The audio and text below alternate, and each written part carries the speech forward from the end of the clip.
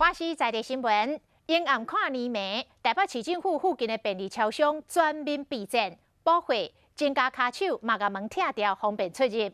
同款来抢趁看年财的，也有百货公司的餐厅，因应着看年会开到半暝4点。把门拢拆掉，都惊人小客。北市府附近的便利商店全面备战。 超商除了拆门，同时也把货物搬出来，让出空间，要应付今晚人潮。今一点来，工作前晚手拢无停过，无用咧补货。这小商品有茶米卵、四烧啊、饮品、酒类架、软包，业者增加5倍到10倍人力，有计带动业绩成长。现煮咖啡、关东煮、茶叶蛋、包子、地瓜等等，销量会是平常的20倍以上。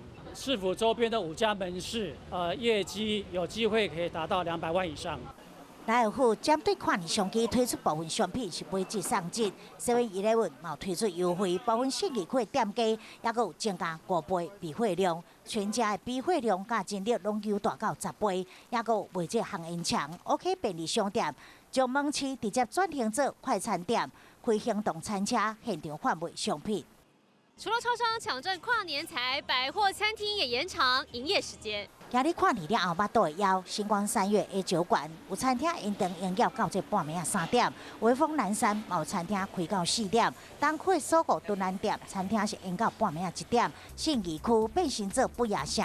若是会当一边食饭一边看烟火，互你利空的第一天先食饱，才去补位。